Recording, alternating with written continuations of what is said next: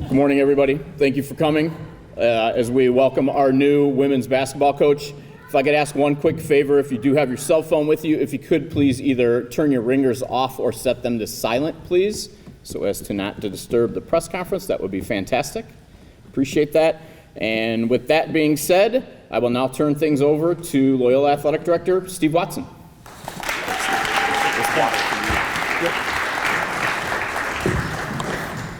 All right, thanks, Bill. Can everybody hear me okay? Are we all right? We're good? I'll pull this out. Good morning, welcome. Great to have everybody here with us. There we go.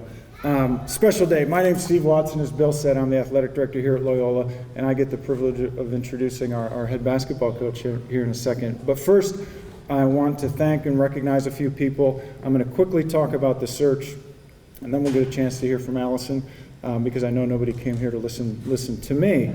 First, some quick thank yous. I want to thank Kate Octor and her staff. Our women's basketball program is in a much better spot now than it was 6 years ago, and I want to publicly thank her and her staff for all that they did to help get us to this point. Holly Strauss O'Brien, we're going to be super quick, so wait until I get done, then we'll clap for all these people. Holly Strauss O'Brien, Tom Saboro. Tom was assisting with us in this process from the very beginning. Holly, I can easily say that she did all of the heavy lifting throughout the process, so big thanks to them. Tom Kelly, one of our executive vice presidents, is here, always super supportive, and in this case really helped us get over the finish line. Players on the current team have handled things unbelievably well, all the adversity. I want to thank them for being here. Ryan Haley, Wes Nader, helping get everything set up for today. We also have with us some other university leaders, our university provost, Margaret Callahan, and two of our VPs, Keith Champagne, Jeremy Langford. And then finally, I want to give a special thanks to Amanda Berkeley and Barry Bimby, who helped introduce Allison to what we're all about here at Loyola. So big thanks to them. Now we can give everybody a big round of applause. Thank you. I want to talk quickly about the search itself. You don't go into these searches completely blind, and of course we identified Allison right away as a great candidate. It just made sense. She's from the north suburbs. She'd worked at Loyola, DePaul, Northwestern, is an experienced and successful head coach at an Ivy League school. Obviously, Yale and Loyola are different, but Yale does have a pretty good academic reputation, so we do have some similarities. So we reached out to Allison immediately, and her name also kept coming up. As we're talking to people about potential candidates, they kept telling us, you need to talk to Allison Guth. So we reached out to her, but we didn't hear back from Allison right away. And I can tell you, patience is at an all-time low during these searches, where 24 hours can seem like 24 days.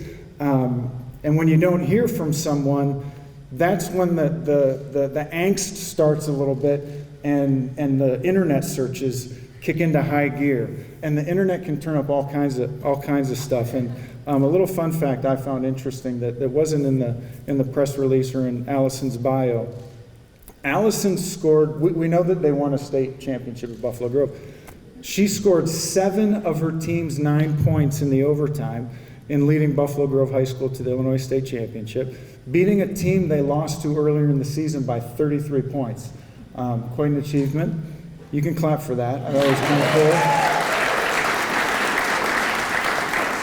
cool. But we also found during our internet searching a video from a press conference that was pretty telling, a clip that showed 2 of Yale's players who were asked what it's like to play for Allison. And we love the response. They said, what you see is what you get. Every day she brings amazing energy and positivity. They went on to say, whatever you need, she's always there for you, both on and off the court. And then the kicker was, we're just lucky to have her as our coach. Some really, really good stuff. We eventually heard back from Allison, and when we were able to spend some time with her, we figured out right away, we knew where we wanted this thing to go.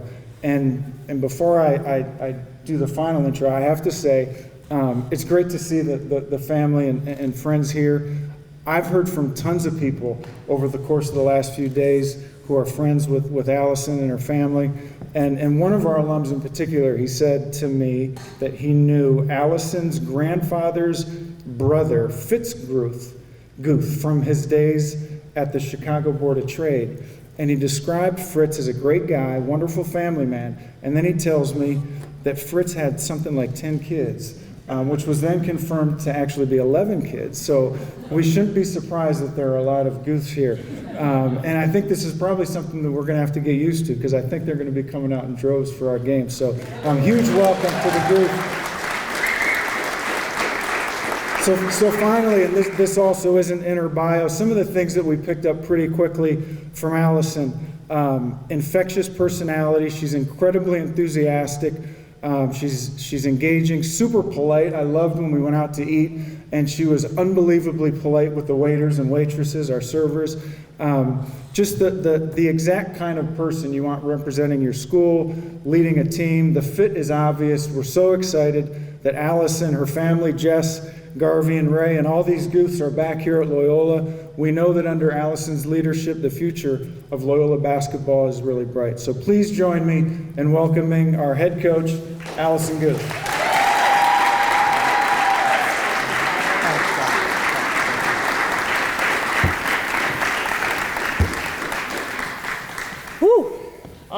Hello, Rambler Nation. Steve, you all right? We just dropped that camera. Steve. Rambler Nation, I want to speak on behalf of my entire family when I extend our sincere excitement about being with you today and our depth of gratitude for this opportunity. I want to personally thank Dr. Joanne Rooney and Tom Kelly and Steve Watson and Holly Strauss O'Brien for entrusting me with this incredible responsibility to lead our young women at Loyola Chicago. It was immediately evident to me when I spent time with Steve and Holly that their core values aligned with mine, that the complete center and focus is the student athlete and the holistic development in their experience here at Loyola. And I've sought out opportunities in my career at universities that really celebrated the three core values that mean the most to me, and those are academic integrity, competitive excellence, and social responsibility. And I think I've been no place else in my career that leads one with social responsibility. And I think about the mission of Loyola University Chicago. I think about what this place means, and a Loyola education means you have the chance to change the world because of the way you're going to serve others. I want to be a part of that. I felt blessed to be a part of that. When I met Steve, what was pretty cool was he was coming off of playing a basketball game that he just, I think, really crushed it at in a really competitive men's league. And I got kind of jazzed about that because I automatically had an AD who just loves hoops. And so I got excited about that. It was Steve's humble and passionate leadership that I really resonated with. And it was Holly Strauss O'Brien's complete focus on taking care of her young women and her student athletes that got me jazzed to be a Rambler. I am standing here in front of you today because those are the type of people I want to be around. This place is the type of place that I want to grow our family in and grow young women in. It's been my experience in life that you win in life with people, and I really need to honor some of those people very briefly who gave me my opportunity. I'm having a surreal moment because 17 years ago, almost 18 years ago, I had my very first opportunity here at Loyola Chicago. And that opportunity wouldn't have been there if it wasn't for the incredible coach, Shannon Reedy, who was an absolute amazing individual who built a powerhouse at Marian Catholic in the city. And she called me up with this opportunity to come to Loyola. And I wouldn't be here in this position if it weren't for her believing in me and taking a chance on me. And I fell in love with coaching here. So to be able to come back here to my home is absolutely divine timing. For me, since then, I have learned from some of the greatest minds in college basketball, some of the greatest leaders in college basketball, and some of the greatest human beings in college basketball. I have to mention those people right now, from Coach Doug Bruno, to Cindy Stein, to Coach Gobrecht at Yale, to Coach Joe McEwen down the street. I have been so fortunate to have been poured into by those humans, and I'm so grateful. I want to tell you that when it was time to move 6 inches over and take on a head job, I am forever indebted to Mr. Tom Beckett at Yale for giving me my shot. And I was blessed once more when Vicki Chun and Anne Marie took over in their leadership and poured their support and belief in me. And I'm forever grateful for those experiences and opportunities. On that note of people and the opportunities about being surrounded with great people, I just had the time, my first moment, to meet this team and these women. And there's a lot of hoopla going on right now. We got cheerleaders, we got stuff. I'm just jacked to the moon right now. And there's a lot of focus here. And the focus really needs to be turned right to those 8 women right there. I want you to know, when we talk about honoring my past, I want to recognize, just as your leadership recognized just now with Steve, your former leadership. I know the blood, sweat, and tears that are poured in here, and I want to honor and congratulate you women on an incredible, incredible year. And I just thank you for allowing me to be part of this journey with you. For me, we're going to start talking about basketball identity, and I might get a couple of those questions in a second, but I'm going to share with you, in my opinion, the 2 secrets of success that we've had at our previous institutions. And that, for me, won't be getting into the tempo of style we play, or how we're going to shut people down in our pack defense, how we're going to rebound tenaciously, or how we're going to share the ball with one another. It actually starts with being relationally driven. For us, healthy relationships are the key to success, and they require 2 things. They require love and trust, and I plan on earning that love and trust from you guys. The second component that I truly think matters is you are who you surround yourself with. And so I promise you, we will assemble a staff of people that their coaching why keeps you at the center. And when we talk about how we lead with integrity, with vulnerability, and with authenticity. And I can't wait for our people to be able to pour into you, and I can't wait for you to grow us. When we talk about people, I really need to recognize my family. I'm going to try not to get emotional. Maybe I'll take a sip of this right now. I'll take a sip of this beautiful Dasani. Thank you. When we talk about family, it's what shaped me. It's clearly what has shaped me in my life. And I want to talk to you about them because it actually translates to how we as a family will operate. My family, here is proof, we show up. We show up for each other. We celebrate each other's successes, and we pick each other up when we fail. I have godparents with us today. I have aunts and uncles who are more like big sisters and big brothers to us. I have a former teammate, state champion, that came out today that is in the stands. I've got brother-in-laws and nephews and nieces that showed up today, and I can't wait for them to be with you on this journey. I want to specifically mention I just have to thank my mom and dad. I had a moment. I was driving down Sheridan, and I borrowed my dad's car to get here. Yes, I did. I borrowed my dad's car. And as I'm driving his car, I'm flashing back to driving with him in the passenger seat as I'm going to date myself, we just didn't have an opportunity with girls basketball league when I started. So I played with the guys for 4 years. And my dad thought it would be a good transition to play with those guys, maybe if he was the coach. So that was helpful. And I think about him driving me to all those AHYBA games and sitting in his passenger seat, listening to sports talk radio, Mike and Mike in the morning, teaching me life lessons about sport and life.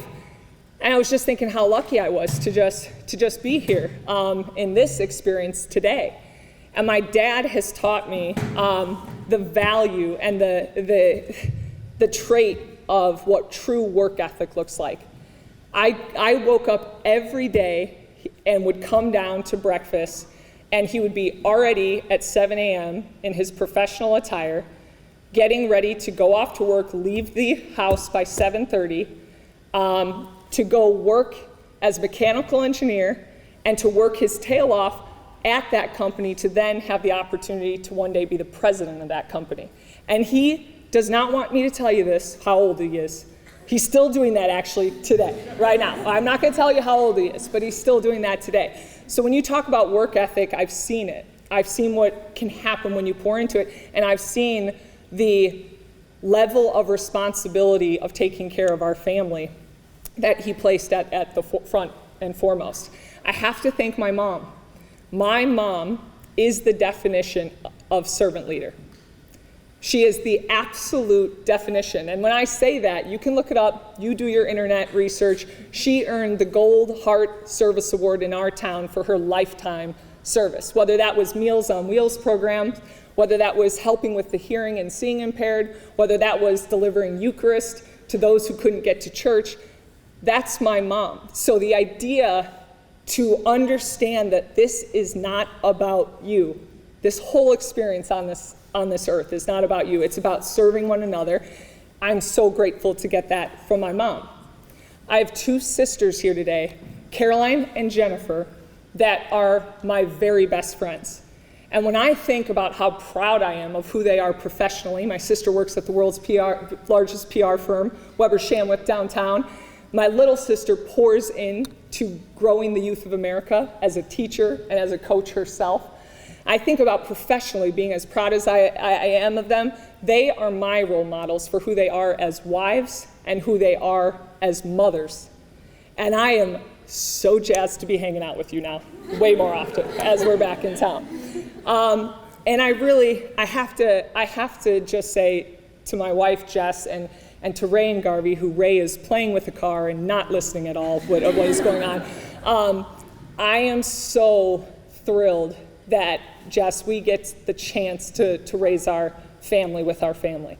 And I am so excited for this team to see what you are like as a team mom. And I can't wait to start this with you as well. And I thank you for all your support, because there's going to be a lot on your plate in the next couple of months. I want to close this, and I was really glad Steve brought up Barry and Amanda for sharing the real feel of what this place was like. I think after meeting with you at Metropolis and coming away from that coffee shop, I was sold on this being my home and was just hoping. I don't know what Steve's talking about waiting for this call. I was just hoping it was coming as well, Steve. I really thank you for that, but I look at these coaches who took the time out of their day to be here. I can't wait to learn from you. I can't wait. It was apparent the level of coach that is here, but the level of human that is here was resounding, and I can't wait to learn from you while I'm here. I'm gonna finish with this, and it is a public service announcement, and it is that you need to get your season tickets right now, because this is going to be the hottest ticket in town. Go Ramblers.